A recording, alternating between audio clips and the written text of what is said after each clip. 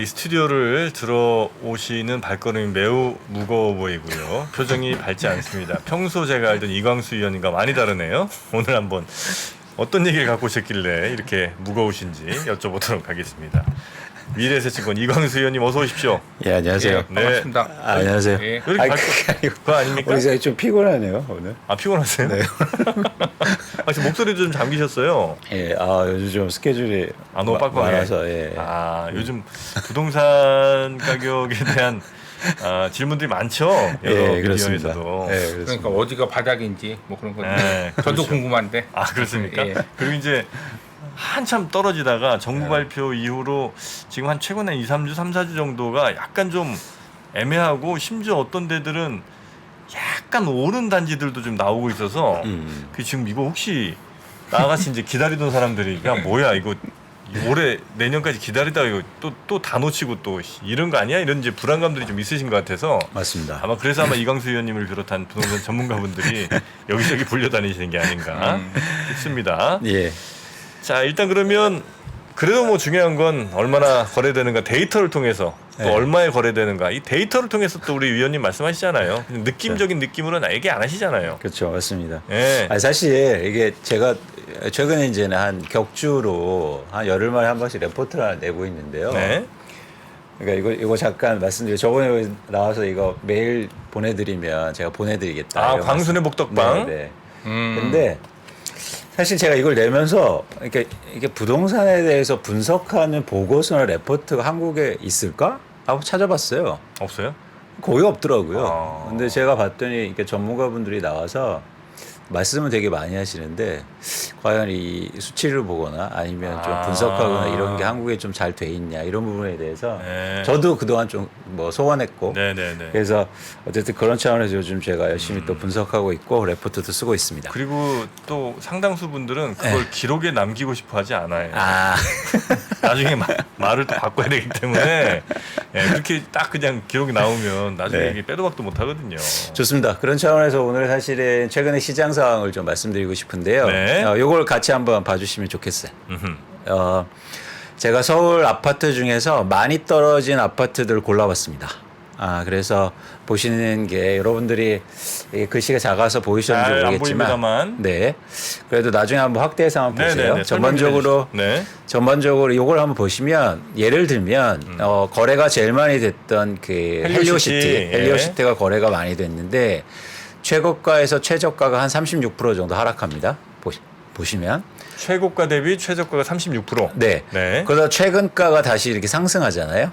상승했어요? 네, 그렇죠. 최저가 대비해서 이런 모습이에요. 그래서 그러니까. 전반적으로 많이 떨어졌다가 네. 다시 하락폭을 좀 줄이면서 좀 이 최저가 대비해서 가격이 회복하는 전반적인 모습입니다. 근데 여기서 이제 저희가 궁금한 건 뭐냐면, 그러니까 최근에 사실 하락폭이 굉장히 컸는데 이게 평균적으로 한 35%에서 40% 하락도 나오거든요. 와. 단기적으로 이렇게 많이 빠진 건 굉장히 이례적이죠. 그렇죠. 그런데 이렇게 많이 빠진 아파트들의 공통점을 찾는 게 지금 굉장히 중요합니다. 그러니까 지금 가격이 왜 빠졌을까를 알아야 되잖아요. 네. 네, 그래서 이 원인을 좀 찾아보는 게 향후에 집값을 전망하는 게 굉장히 중요해 보입니다. 한번 어떻게 보세요? 이 아파트들이 많이 빠진 아파트들인데 공통점이 뭘로 보이세요? 자, 일단 보겠습니다. 네. 많이 빠진 아파트들. 네. 헬리오시티, 파크리오, 고덕, 그라시움, 고덕 아르테온, 잠실헬스, 주공농, 신규 은마. 아파트네. 아니 근데 은마. 그렇지 않아요. 그리지움, 오래된 아파트도 리센스. 있고요. 대단지. 맞습니다. 대단지네. 맞습니다. 그렇죠. 정확하세요. 역시 정품. 예, 그러니까 이게 대단지 아파트들이 거래가 많이 되면서 네. 가격 하락폭이 키웠다고 추정이 가능합니다. 그렇죠. 추정이에요. 네네네. 그래서 그러면 서울에 있는 모든 대단지 아파트가 다 빠졌을까? 그건 또 아니죠. 그게 이제 성립이 돼야 되잖아요. 예. 그래서 제가 찾아봤습니다. 다른 지역에 아니면 다른 대단지 아파트를 봤더니 네. 심지어 하락률이 아까 전에 보여드린 것보다 이거 보시면 10%포인트가 차이가 나요. 덜 빠졌어요. 뭐야? 같은 대단지인데도. 그리고 사실 좋은 아파트들이잖아요. 네. 근데 어떤 아파트들은 많이 빠지고 어떤 아파트는 왜 덜 빠졌을까? 이 차이를 사실 찾아내야 됩니다. 그걸 알아야 돼요. 네. 그걸 알아야 됩니다. 맞춰볼까요? 맞춰보세요. 맞춰보세요. 네. 대단지랑 공통점은 있으나 음. 대단지라고 다 빠진 건 아니었다. 네. 지역별로 틀리다 그런 거. 아 그렇게 간단한 문제가 아닌 것 같습니다. 이광수 의원님의 눈치를 살짝 보니까 그런 문제가 아니에요. 아니 근데 비슷하게 얘기하셨는데 네. 이거를 한번 지역으로 제가 한번 골라봤어요. 네. 그래서 이 그래프 보시면 여기서부터 이제 잘 보이시겠는데 어디가 많이 빠진 아파트가 몰려 있냐면 송파구와 강동구가 많습니다. 예, 송파구와 그러네요. 강동구에 하락한 아파트 단지가 많다는 거예요. 입주 물량이 많은 곳. 유사한데 한번 보세요. 그 이유가 뭐냐면 네. 이 지역이 보시는 것처럼 전세가가 먼저 빠졌어요. 아. 전세가 최근 3개월 하락폭이 7%에 이릅니다. 네. 예. 여기 동작구가 들어가 있는데 동작구는 사실은 입주 아파트가 새 아파트가 많아서 매물이 많지 않은 지역이에요. 여긴 제외하고 강동구와 송파구의 공통점은 전세 가격이 먼저 빠지면서 매물이 증가하고 가격 하락폭이 컸다는 거예요. 네. 근데 왜 이런 현상이 일어날까요? 그건 뭐냐면 이 강동구와 송파구에 갭 투자가 많았다는 걸 보여줍니다. 아. 네. 전세를 끼고 사는 사람들이 많으니까 전세 가격이 빠지니까 매물을 먼저 내놓고 많이 하락해서 내놓는 거죠. 급하게. 그렇죠. 그러니까 이게 굉장히 중요해요. 내가 집을 갖고 있는데 네. 왜 집을 팔까요? 싸게. 굳이 그럴 필요 없잖아요. 아. 예. 아니 예를 들어서 내가 투자 목적으로 집을 갖고 있는데 금리의 영향을 안 받습니다. 금리 영향을 왜 받아요? 대출을 받은 적이 없는데? 아 전세니까. 그렇죠. 네. 그래서 사실은 금리에 이런 갭 투자들은 크게 영향을 안 받을 수가 있다는 거예요.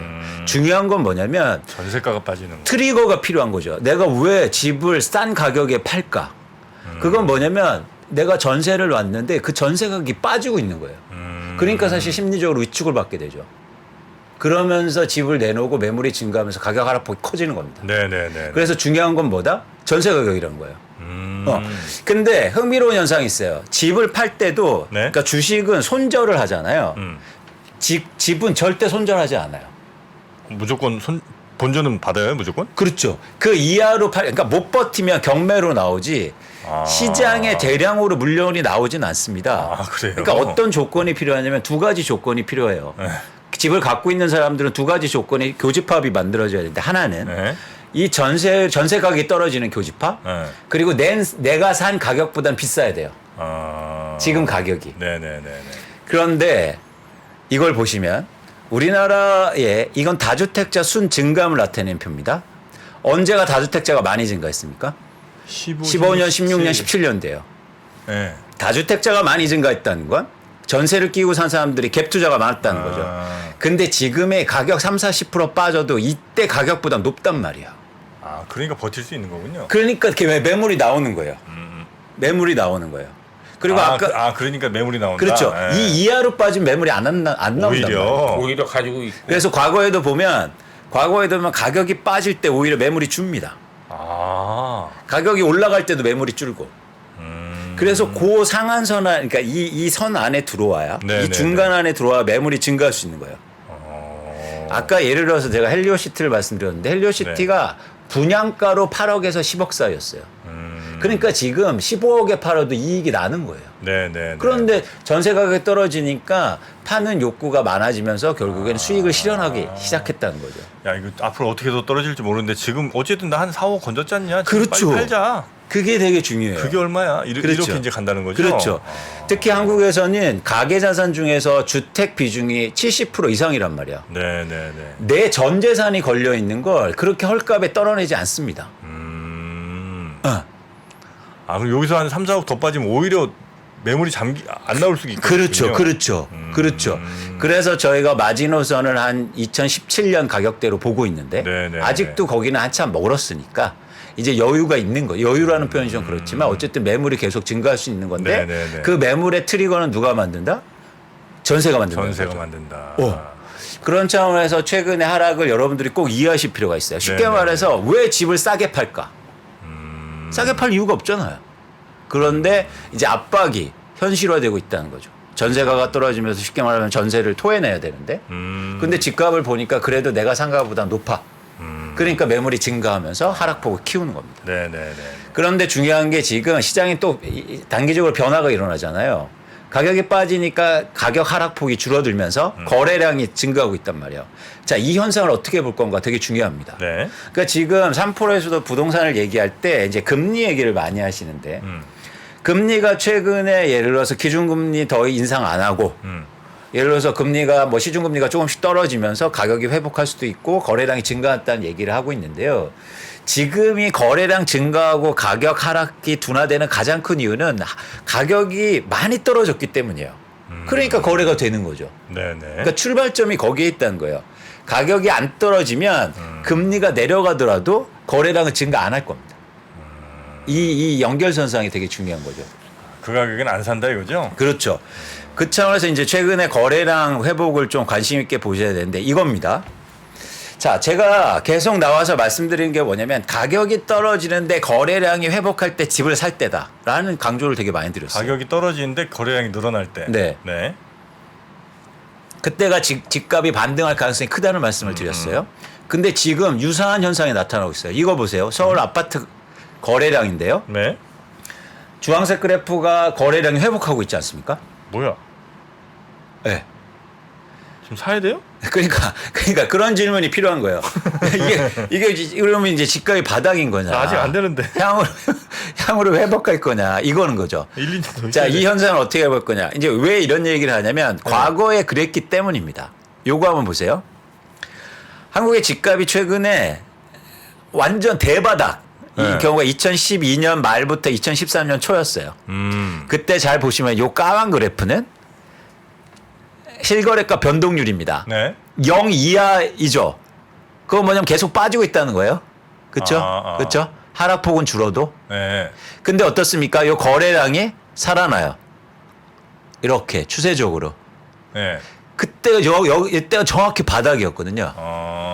근데 여기서 꼭 읽으실 게 뭐냐면 한 달이 아니라 최소한 4개월 이상의 거래량 회복이 동반돼야 돼요. 반짝 한 달 일과꾼 안 되고. 그렇죠. 네. 그렇죠. 근데 지금의 한 달 이렇게 회복하는 건 사실은 좀 더 추세를 지켜봐야겠다. 근데 이 거래량을 회복을 지속하기 위해서는 뭐냐면 누군가 높은 가격에 가격을 올려가면서 사는 주체가 필요한데 그러기에는 좀 힘들지 않을까 보는 겁니다. 왜냐하면 전세 가격 때문에. 이건 다시 말씀드리고. 네. 그래서 그런 차원에서 지금 거래량 회복은 일시적일 가능성이 있다는 거죠. 근데 만약에 제 말이 틀려서 향후로 3개월 계속 거래량이 회복하면 집 사야 됩니다. 안 되는데 나. 예. 그럼 전세 가격이 어느 정도 바닥을 쳐야지 거래량이 올라갈 거 아니에요? 계속. 그러니까 3, 4개월 연속. 근데 그거는 항상 예외가 있으니까 전세 가격이 계속 빠져도 거래량이 회복할 수 있습니다. 그래요? 그럼요. 거래량이 과거에는 없었는데 저는 아니라고 생각하는데 추정을 하고 있는데 그건 모르는 일이잖아요. 네, 누군가 막 돈을 많은 사람들이 많이 생기기 시작해서 사기 시작하면 사실 거래량이 나타날 수 있다는 거죠. 전세 가격이 오른 거는 이제 집을 사는 거에 대출을 안 해주고 네. 전세 대출은 많이 해주면서 네. 그래서 전세가 많이 얻어서 하는데 지금 금리가 올라서 네. 또 이제 대출에 대한 올라가니까 전세가 계속 안 되고 내려가는 거 아닌가요? 전세 가격이 하락하는 가장 결정적인 이유는 금리 인상보다도 첫 번째는 뭐냐면 말씀하신 것처럼 금리 인하 때문에 전세 가격이 급격하게 오른 거 첫 번째 이유. 두 번째는 뭐냐면 지금 입주 물량이 증가하고 있어요. 공급이 증가하니까 전세 가격이 빠지는 거죠. 그 하락폭이 되게 큰데 네. 사실 이렇게 전세 가격이 계속 빠지면 집 이렇게 거래량이 회복할 수 없을 겁니다. 투자 목적으로 집을 사는 사람이 없기 때문에. 근데 예외라는 게 항상 있잖아요. 전세 가격이 떨어져도 거래량을 회복할 수 있다는 거죠. 그러면 한국의 집값은 바닥이다. 그럼 대출을 풀어주면 거래량이 회복할 수 있겠네요. 대출을 더 풀면 네. 거래량을 회복할까? 대출은 이미 풀어주는데 사실 그런다고 해서 저는 거래량이 회복하기 쉽지 않다고 보는 거죠. 근데 차치하고 제가 꼭 말씀드리고 싶은 건 뭐냐면 향후 3, 4개월간 지속적으로 거래량이 회복한다. 그 데이터가 확인된다면 그렇죠. 그러면 저희가 예를 들어서 제 의견도 바꿔야 되고. 그때 뷰를 바꾸신다는 거죠? 그렇죠. 그러면 뭔가 다른 제가 예상치 못한 일들이 벌어지고 있다는 거죠. 중요한 건 그런데 이겁니다. 전문가들이 이런 얘기를 해요. 이게 거래량인데요. 한국이 지금 서울 아파트가 한 달 1,400건이 거래됐어요. 1,000건이 안 되다가 그래서 어떤 얘기를 하냐면 과거 봐라. 2,000건, 4,000건, 3,000건, 뭐 네. 7,000건 돼야 회복하는 거다. 그러니까 추세적으로 뭐 계속 증가하는 것보다 절대량이 올라야 된다. 이런 말씀을 하시잖아요. 네. 그건 아닙니다. 아, 1,200건, 1,600건, 1,800건만 이렇게 늘어나도 된다 이거예요? 그렇죠. 그렇죠. 추세적인 변화가 중요하다는 거예요. 아, 그래요? 네.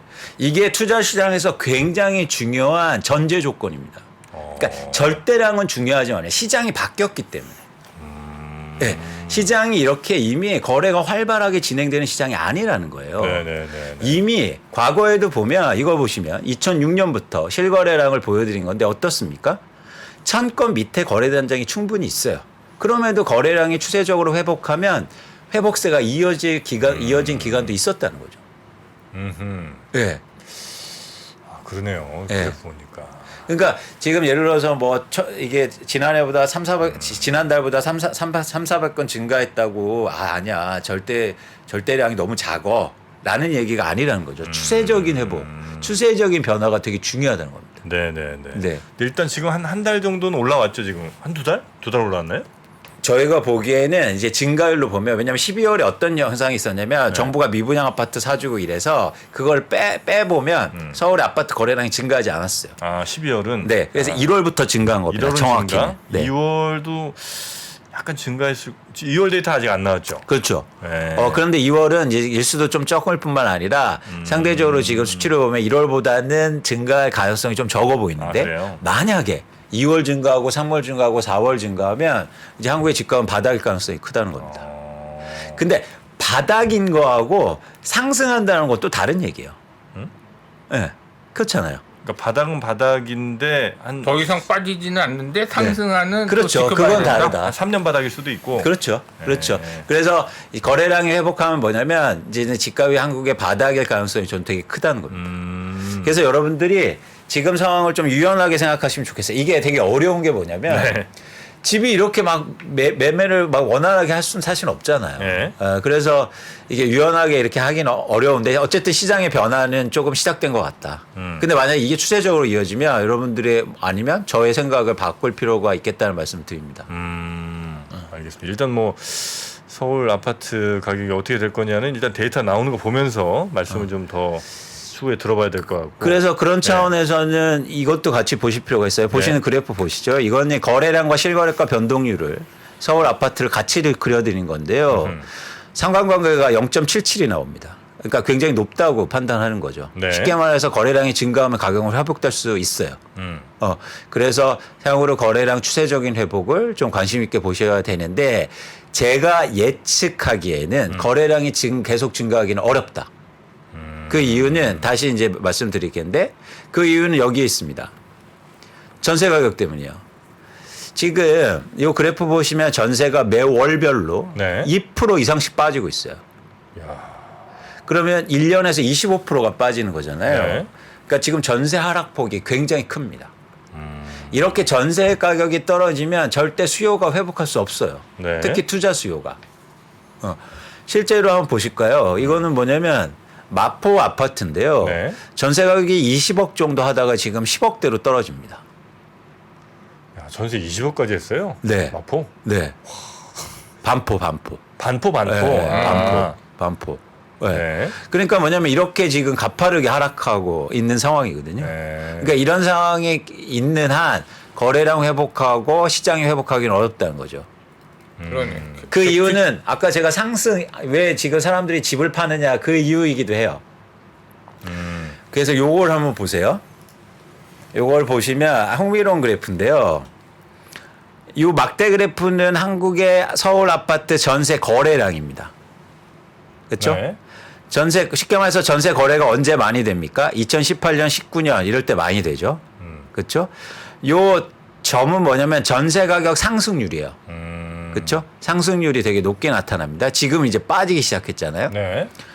근데 이런 거죠. 자, 2019년도에 이렇게 높은 전세를 끼고 아니면 만기 연장을 해서 내가 투자 목적으로 집을 갖고 있습니다. 근데 언제 만기가 돌아옵니까? 이거 연장이 20년, 21년, 22년 정도에 걸쳐서 나오죠. 그렇죠? 그럼 만기가 될 때 지금 시가로 계약 연장해야 되니까 전세 가격이 확 빠질 거 아니에요. 그럼 집을 갔을 때 압박을 하게 되겠죠. 네. 그래서 지금 파시는 분들은 2019년도에 집을 매입했을 가능성이 커요. 이때 전세 가격 연장을 했거나. 네네네. 자, 올해부터 파는 분들은 누굽니까? 2020년에 전세를 만기 연장했거나 그러니까 갭 투자를 해놨는데 그렇겠죠. 이때 갭 투자를 해놓으신 분들이에요. 전세 가격이 너무 막 올랐을 때. 이 물량이 나올 거예요. 그죠?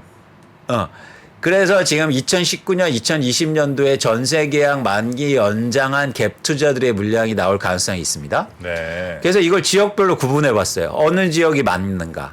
예를 들면 노원구 보세요. 계속 많습니다. 그러니까 물량이 많다는 거예요. 이해하시죠? 네. 예를 들면 강서구 같은 데도 상당히 많이 이때 전세 계약이 이루어졌어요. 그죠? 네. 강남도 사실 만만치 않습니다. 네. 그러니까 이런 물량들이 있다는 거예요. 그다음에 강동구, 송파구. 이미 송파구는 이미 물량이 나오기 시작했다는 거예요. 이때 전세 만기가 많이 됐잖아. 네. 그래서 그런 차원에서는 일종의 갭 투자를 해놔서 투자 목적으로 집을 보유한 사람들이 집을 내놓는 매물이 좀 전세 가격이 떨어질수록 많이 증가할 수 있다는 걸 저희가 볼 수 있습니다. 지역별로 약간 차이가 있는 거죠. 네. 네. 이호님 말씀드리면 아직 바닥은 먹은 거네. 그러니까 거래량이 3, 4개월 하면은 바닥을 하긴 하는데 지금 전세 가격이 빠지기 때문에 그렇죠. 결론적으로는 거래량이 회복될 수 없는 분위기로 간다. 그렇죠. 이제 아까도 보여드렸는데 저희가 2013년 얘기를 계속 하는데 네.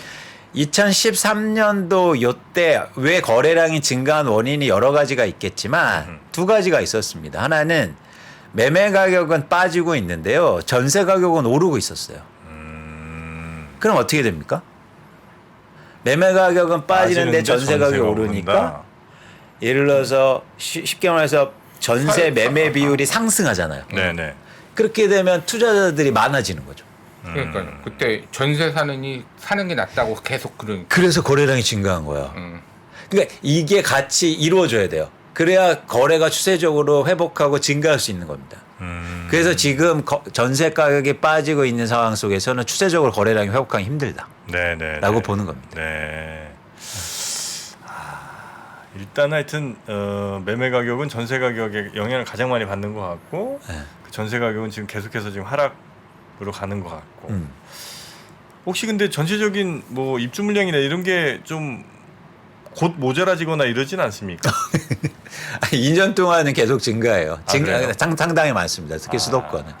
근데 이게 말씀하신 게 중요한데 네. 또 어떤 지금 현상이 일어나면 미분양이 증가하고 있잖아요. 미분양 네. 7만 5천, 7만 뭐 몇천이. 네, 7만이 넘었죠, 이제. 네네. 넘어가고 있고, 제가 올해 이제 한 10만 가구 예상하고 있는데, 어쨌든 미분양이 증가하면 어떤 현상이 벌어지냐면, 입주 물량이 감소합니다. 그렇잖아요. 미분양이 증가하는데 입주 물량이 감소한다고요? 왜 감소하냐면, 분양을 안 하기 때문이요. 건설사들이 안 팔린 아파트 증가했는데 왜 많이 분양합니까? 그럼 몇 년 후 얘기죠, 그거는. 아니요, 이미 분양이 감소하기 시작했어요, 올해부터. 그래요? 네. 물론 조금 이제 폭을 봐야겠지만 네. 앞으로 미분양이 증가할수록 신규 아파트 분양이 감소합니다. 그러면 지금 분양 아파트가 감소하면 향후 3, 4년 후에 입주 물량이 감소하겠죠. 그렇겠죠. 입주 물량이 감소하면 어떻게 되나요? 가격 올라가겠죠. 뭐 어떤 가격이요? 분양가. 전세 가격이 먼저 올라가죠. 전세 가격이 먼저 전세 올라가. 가격이 먼저 올라가. 그럼 또 매매 가격 치고 올라가. 그러면 이제 전세 가격이 올라가면 그때 또 어떤 일이 벌어지냐면 전세 매매 비율이 올라갑니다. 그러면 또 갭 투자가 증가하고 투자 수요가 증가하면서 시장이 변화를 일으키는 거예요. 그렇게 이제 가는군요. 네. 매매 가격이 있는데 전세 가격이 올라가면 요 갭이 작아지니까 갭 투자가 늘어나고 그렇죠. 그러면서 매매 가격이 올라가고. 그렇죠.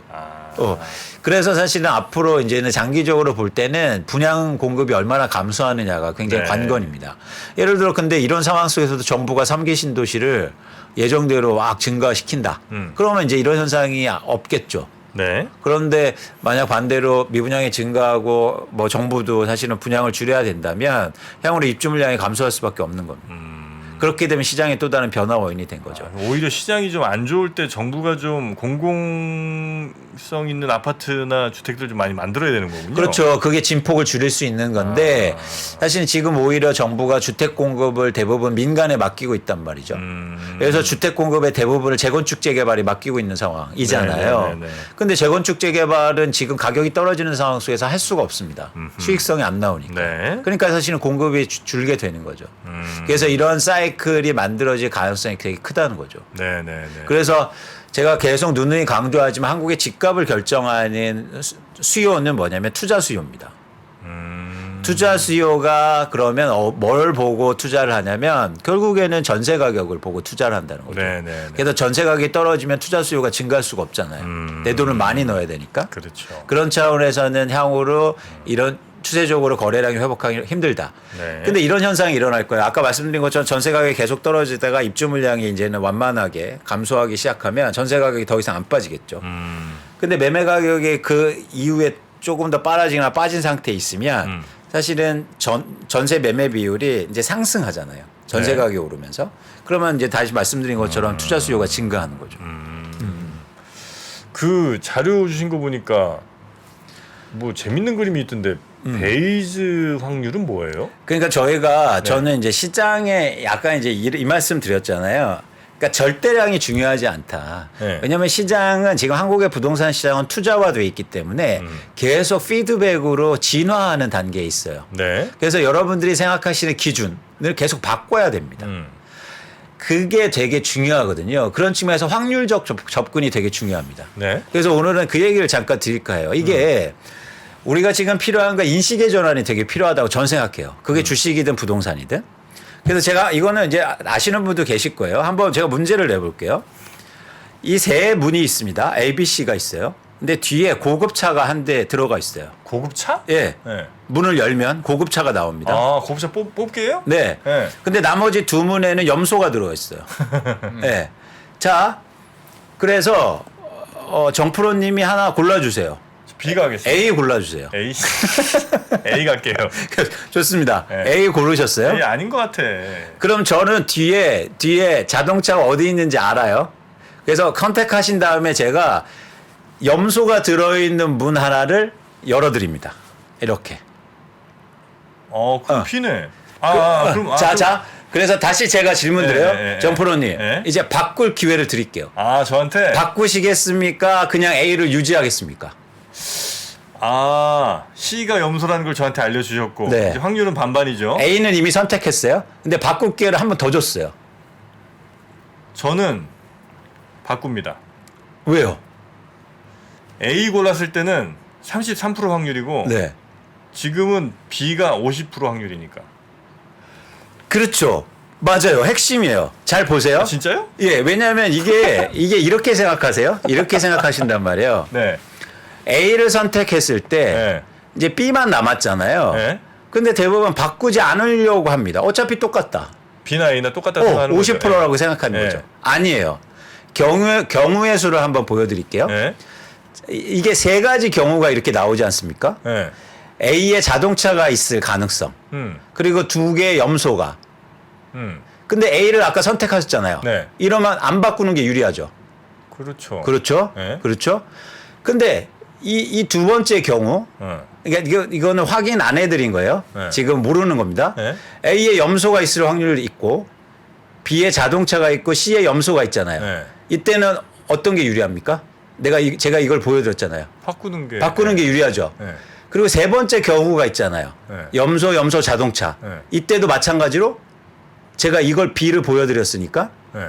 바꾸는 게 유리하죠. 네. 그러니까 바꾸는 게 훨씬 더 유리하잖아요.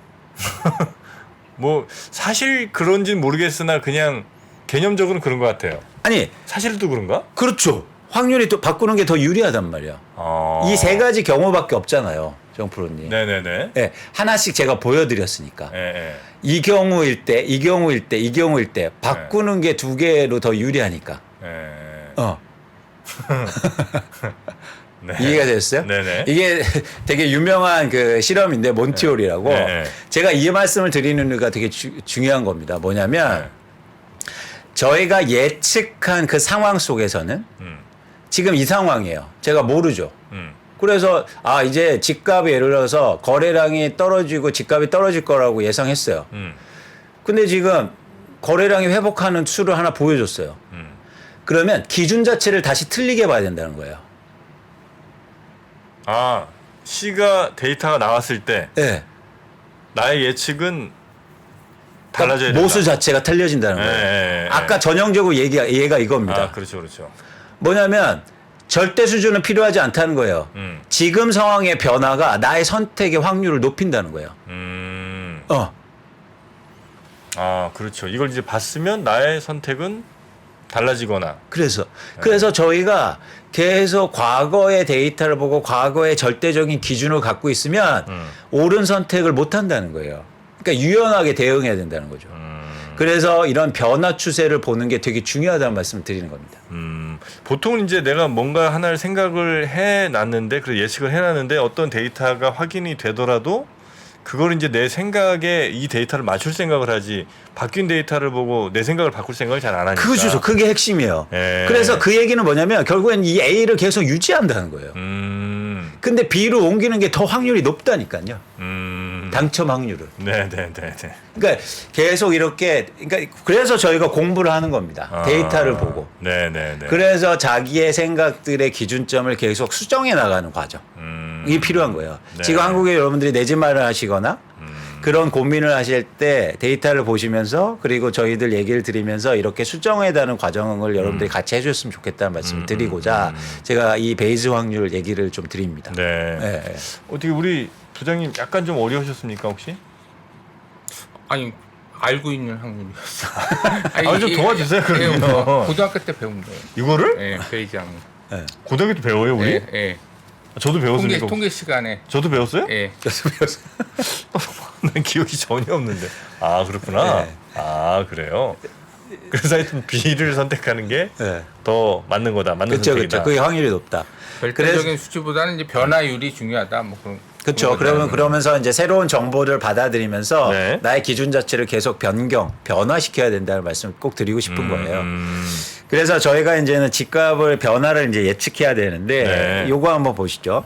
요건 뭐냐면 과거에 제가 이제 계속 이 말씀을 많이 드렸는데 저는 지금의 시장은 아까처럼 매물이 결정하는 시장이에요. 집을 갖고 있는 분들이 가격을 얼마에 내놓느냐 이에 따라서 결정됩니다. 예를 들어서 싸게 내놓으면 거래량이 회복할 거고 그리고 그만큼 또 빠지는 거고 싸게 안 내놓고 매도 호가를 높이거나 이러면 거래량은 줄면서 네. 거래가 잘 안 되겠죠. 이런 시장이 반복될 거예요. 그러다가 못 버티고 다시 전세가가 떨어지면 가격 하락폭을 키우겠죠. 근데 과거에 유사한 경우가 또 있어요. 이걸 보시면 2006년부터 2013년까지인데 대치동의 한 아파트 단지에 실거래가 요 점으로 다 찍어드린 겁니다. 잘 보세요. 7억 5천이 11억 5천으로 오릅니다. 그러다 갑자기 7억으로 다시 빠지죠. 네. 이 과정이 어떠냐면 매물이 감소하면 이렇게 오르는 거예요. 매물이 갑자기 또 증가하면 이렇게 빠져요. 전세 가격이 빠지고 이러면서 네네. 또 이렇게 충분히 빠졌다고 사람들이 살려고 달려들면 다시 또 증가하면서 가격이 회복합니다. 그리고 또 이렇게 계속 반복해요. 근데 결과론적으로 장기적으로 어떻습니까? 한 6년, 7년 동안 네. 7억대에 머물러 있잖아요. 계속 빠지고. 근데 이런 현상이 나타날 가능성이 전 커 보여요. 근데 지금은 요런 거죠. 요 빠졌다가 요 오르는 구간, 호가가. 그리고 거래가 되고. 그런데 요 공통적인 측면은 뭐냐면 가격이 오를 땐 거래량이 떨어집니다. 그죠? 똑같은 네, 현상이 네, 나타나죠. 네. 그죠? 그러니까 죄송합니다. 가격이 오를 때 거래량이 회복하죠. 지금처럼. 가격이 회복할 때. 그러다가 가격이 빠지면 거래량이 줄어들어요. 이런 현상이 이제 좀 장기적으로 이렇게 반복될 가능성이 있다. 오르고 내리고 하지만 결국에 약간 우하향. 자, 이게 선택 사항인 겁니다. 내가 집을 너무 사고 싶다. 무주택자인데 저한테 요즘에 그런 궁금증을 얘기하시는 분들이 그러니까 그런 뭐 조급함. 나 집 사는데 기다렸는데 빠지는 건 좋은데 요즘 회복하는 것 같아. 다시 오를 것 같아. 나 마음이 급해. 내 집 마련 하셔야 되는데. 네. 자, 이게 선택이에요. 자, 지금 빠진 걸 살 거냐? 살 수 있습니다. 그리고 조금 올랐을 때 사면 되잖아요. 근데 이 가격이 계속 이렇게 된다면 네. 그러니까 제가 아까 전제해 드렸잖아요. 빠지는 거 하고 회복하는 거하고는 다른 얘기다. 그래서 난 이거 상관없어. 싸게 사는 것만 내가 살 거니까 상관없어. 그러면 사실은 이때 거래 이렇게 충분히 빠졌을 때 제가 이제 제시해 드리는 게 네. 다시 말씀드리지만 작년도 말 기준으로 해서 가격이 서울은 22% 정도 추가 하락하면 그러면 내 집 마련하기 좋은 시점이라 말씀드렸고 이미 네네. 그런 단지가 나오기 시작했어요. 네네. 그런 지역에 이제 거래가 된 거예요. 그러면 이제는 사는데 그런 가격이 다시 온다는 거죠. 그리고 이 가격이 예전 막 올라서 막 고점 뚫고 이렇게 가긴 힘들다. 이런 상황이 반복될 가능성이 전 크다고 봅니다. 그건 네, 뭐냐면 네, 네. 다시 돌아가면 전세 가격 때문이에요. 예. 그래서 선택을 해야죠. 이걸 살 거냐 아니면 이렇게 향후로 거래량이 회복하고 예를 들면 본격적인 바닥이 형성될 때 살 거냐라는 건 좀 여러분들이 고민하셔야 됩니다. 개인마다 다르니까. 네네네. 네. 아, 그 집값에 대해서 항상 이제 저는 그러니까 집값과 전세값의 관계를 예전에는 집값이 올라가니까 전세가 따라 올라가는 거지라고 이렇게 보통 생각을 많이 했는데 물론 뭐 아예 틀린 말은 아니겠습니다만 우리 위원님 말씀을 들어보면 그 전세가가 치고 올라가는 상황이 결국 그 갭 투자자들을 투자 수요를 불러일으키고 결국 그래서 집값이 밀려 올라가는 그렇죠. 이런 상황들이 많이 실제로 많이 벌어진 거죠. 우리 그렇죠. 서울 아파트에서. 그런데 최근에 전세 가격 하락폭은 굉장히 이례적인 거거든요. 이렇게 전세 가격이 많이 빠진 적은 사실 없어요. 네. 그래서 저희가 유의 깊게 좀 볼 필요가 있다. 네네. 만약 이게 더 심화되면 가격 하락폭이 더 커질 수 있습니다. 왜냐하면 못 버티잖아요. 근데 이건 이제 전체 통계로 이렇게 이제 줄어든 건데 네. 개개인별로 생각을 해보면 전세를 예를 들어 10억 아파트에 10억 뭐 전세를 줬다 쳐요. 갑자기 9억, 8억 이렇게 내릴 생각을 하나 사람들이? 근데 어쨌든 이런 일이 벌어지니까. 그렇죠, 그렇죠. 그러니까 매매 가격을 말씀하시는 거죠? 아니요, 그러니까 15억 아파트인데 네, 전세 가격이? 전세 가격이 10억이었어요. 네. 근데 뭐 아파트가 한 13억 됐다고 해서 야 그러면 전세가를 9억에 줄게, 8억에 줄게 이렇게 막 내려가나요, 이것도? 그건 뭐냐면 임대차 시장의 독특한 특성 때문입니다. 그러니까 왜냐하면 임대차 시장은 공급과 수요가 만나서 전세 가격과 월세 가격을 형성할 거 아니에요. 네. 근데 수요는 탄력적으로 움직여요. 상대적으로. 쉽게 말해서 전세가가 비싸면 혹은 싼 집이 생기면 이사를 하게 됩니다. 그렇죠. 그래서 수요는 가격 탄력도가 있어요. 근데 공급이 좀 공급은 임대차 시장에서 임대차 공급은요 거의 비탄력적이에요. 가격. 그거 안 내리는 것 같아 집주인들이. 아니 안 내린다는 게 아니고 네. 뭐냐면 쉽게 말해서 재화 가격이 떨어지면 공급을 줄여야 되잖아요. 네. 근데 공급은 그대로 어쩔 수 없이 존재한다는 얘기군요. 못 줄여요. 그러니까 그 아까 매물은 빈집으로 둘 수는 없으니까. 그렇죠. 그게 핵심입니다. 그래서 임대차 시장의 주택 임대차 공급은 가격 비탄력적이란 말이에요. 그래서 입주 물량이 많을 때는 전세 하락폭이 큰 거예요. 네네. 반대로 전세 임대차 입주 물량이 줄어들면 그리고 절대량이 감소하면 전세 가격이 급등하겠죠. 네네. 왜냐하면 전세 가격이 오른다고 해서 갑자기 공급이 증가하는 게 아니니까.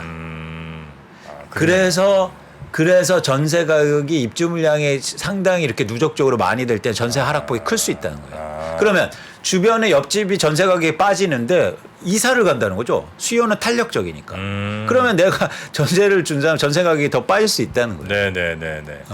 그러네요. 그거는 굉장히 또 몰랐던 부분이네. 그러니까 공급은 항상 존재하는 거고 비워낼 수가 비워줄 수 없으니까 일정 수준 관리비도 존재하는 못 거고. 내니까. 그렇죠. 그렇죠. 그러니까 항상 채워놔야 되는데 계속 빠지면은 또 들어오려면은 빠진 상태로 들어와야 되고. 어떻게든 줘야 되니까. 그래서 이런 말씀하시잖아요. 빈집으로 내놓은 사람도 있어. 아니 그건 일부고요. 시장의 그렇지. 전체는 절대 빈집으로 놓을 수가 그렇죠, 없어요. 그렇죠, 특히 그렇죠. 지금처럼 입주가 증가할 때는 잔금을 내야 된단 말이에요. 그러면 뭐냐면 어쩔 수 없이 가격을 낮췄어. 그래서 입주 물량이 많을 때는 전세 가격이 크게 떨어지는 거예요. 네네네네. 그러니까 이 말을 뭐냐면 용어로는 임대차 공급이 가격 비탄력적이라는 표현을 쓰는 거예요. 탄력적으로 움직이지 못하는 거예요. 그러네요. 네. 아니 우리 저 부장님은 뭐 부동산 별로 관심 없으십니까 혹시? 지금 관심 없어. 대출이 안 돼서. 대출을 받고 나서 하고 싶어도 그래요? 지금 2018년 19년 근데 또 작년도부터 DSR 적용이 되면서 거의 할 수가 없습니다. 아, 그래서 그렇습니까? 관심이 좀 아, 별로 그래도 많이 포기하셨구나. 아, 관심이 없어갖고 DSR만 언제 풀어줄지 그것만 기다리고 계시고. 기다리고 근데 있습니다. 말씀하신 게 핵심인데 사실은 네. 대출하고도 전세는 또 별개의 문제거든요. 아, 네. 대출이 안 돼도 전세 가격이 오르면 수요가 증가합니다. 아, 그렇잖아요. 네네네. 예. 전세 끼고 사면 되니까. 그쵸. 근데 이제 그냥 집을 그냥 살려면 네. 또 이제 대출도 끼고 사야 되는데 알겠습니다. 네. 자, 오늘 우리 이광수 의원님과 함께 부동산에 대한 뭐 지금 현재 시황도 좀 봤지만 부동산을 이해하는데 중요한 여러 가지 상식들을 오늘 좀 배운 것 같습니다. 네. 네. 그래서 역시 뭐 인사이트 있는 분은 다르다. 괜히 우리 이광수 의원님이 바쁜 게 아니다. 이런 생각을 다시 한번 하게 감사합니다. 됩니다. 예. 네. 미래에셋 증권 이광수 연구위원님과 함께 부동산 시장 알아봤습니다. 오늘 대단히 고맙습니다. 고맙습니다. 네, 고맙습니다. 장 시작 전부터 종료까지 쏟아지는 수많은 뉴스와 정보들. 이 중에서 어떤 것이 투자에 정말 도움이 되는 정보일까요? 3프로의 증시 셔터맨 박근영 마스터가 직접 정보를 선별하고 투자의 힌트를 드립니다. 시간도 아끼고 투자 아이디어도 얻는 시간, 박근영 부장의 마켓 힌트와 함께 하세요. 자세한 사항은 3프로 TV 앱과 홈페이지를 확인하세요.